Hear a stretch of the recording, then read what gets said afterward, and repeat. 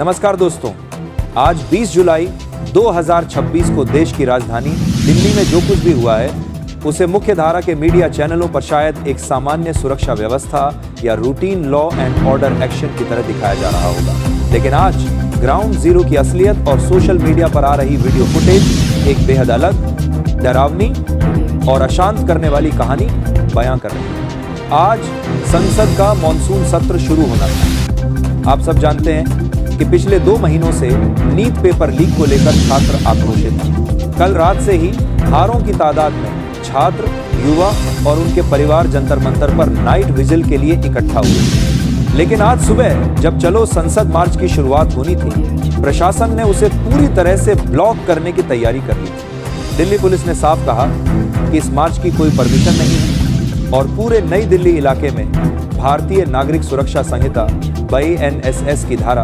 163 लागू कर दी गई। लेकिन युवाओं का हुजूम थमा नहीं। प्रशासन में घबराहट इस कदर थी कि सुरक्षा कारणों का हवाला देकर दिल्ली मेट्रो ने सेंट्रल सेक्रेटेरिएट, उद्योग भवन और राजीव चौक समेत 5 प्रमुख मेट्रो स्टेशनों को पूरी तरह बंद कर दिया। ट्रेनें चल रही थी, लेकिन यात्रियों को स्टेशन से बाहर निकलने की इजाजत नहीं थी ताकि कोई भी प्रदर्शनकारी संसद की तरफ न आ सके। युवाओं ने इसका रास्ता निकाला।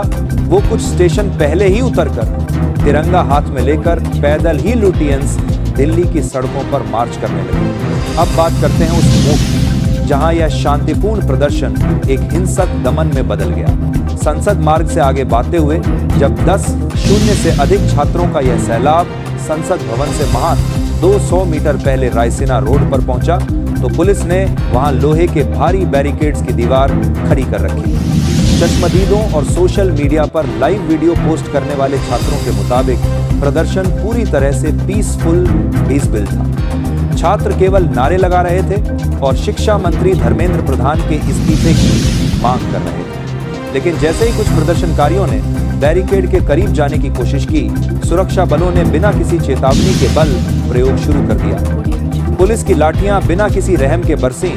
सोशल मीडिया पर ऐसी तस्वीरें और वीडियो तैर रहे हैं जहां प्रदर्शन में शामिल महिलाओं और युवाओं को पुलिसकर्मी बेरहमी से घसीटते और लाठियों से पीटते दिख रहे हैं। केवल लाठीचार्ज ही नहीं, भीम को तितर-बितर करने के लिए आंसू गैस के गोलों, टीयर गैस शेल्स का भारी इस्तेमाल किया गया, जिससे पूरे इलाके में धुआं फैल गया और सांस लेना मुश्किल हो गया।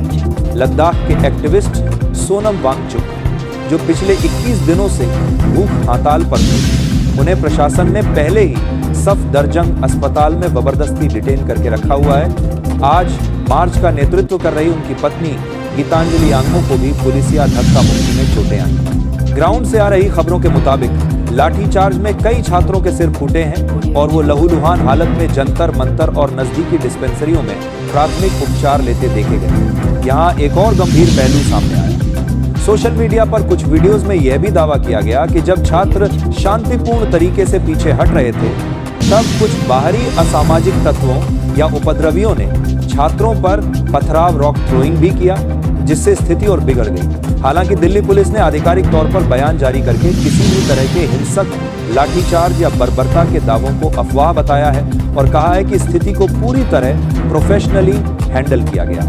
लेकिन सड़कों पर बहता खून और आंसू गैस के खाली खोखे कुछ और ही गवाही दे रहे हैं। अब चलिए संसद के भीतर, जहां देश के भाग्य विधाता बैठे थे, जैसे ही यह खबर फैली कि हारों प्रदर्शनकारी संसद के बिल्कुल करीब पहुंच चुके हैं, संसद भवन परिसर के भीतर एक अजीब सी अफरा तफरी का माहौल बन गया। गेट्स को तुरंत बंद कर दिया गया और सुरक्षा कर्मियों ने पोजीशन ले ली, जिससे ऐसा लगा कि जैसे संसद किसी बाहरी हमले के साए में।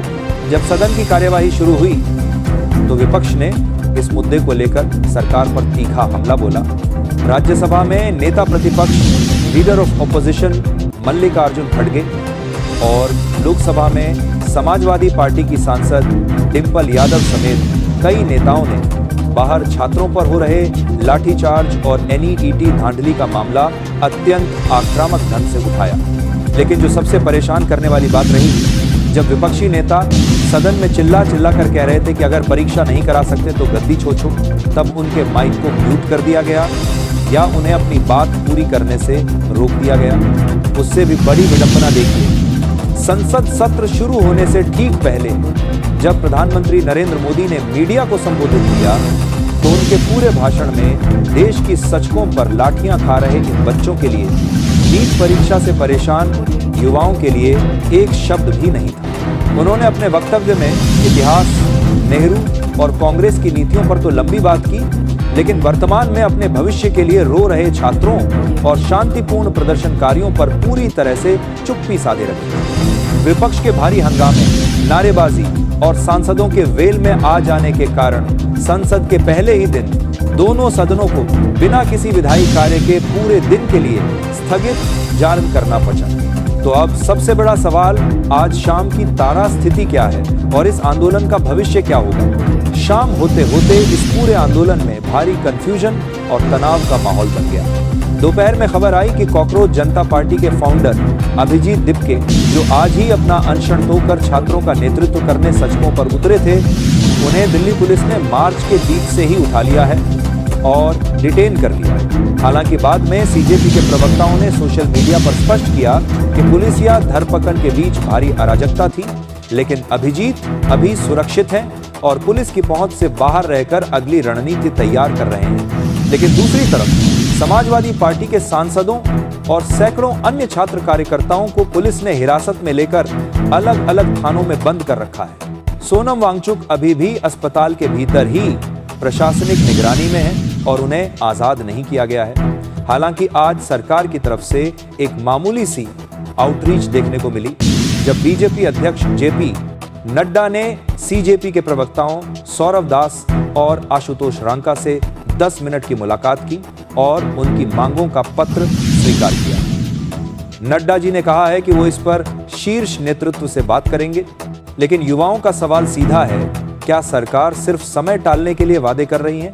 जब आंदोलन के मुख्य चेहरों को डिटेन किया जा रहा हो, छात्रों को लाठियों से पीटा जा रहा हो, तो क्या कोई वाकई उनकी फरियाद सुन रहा है?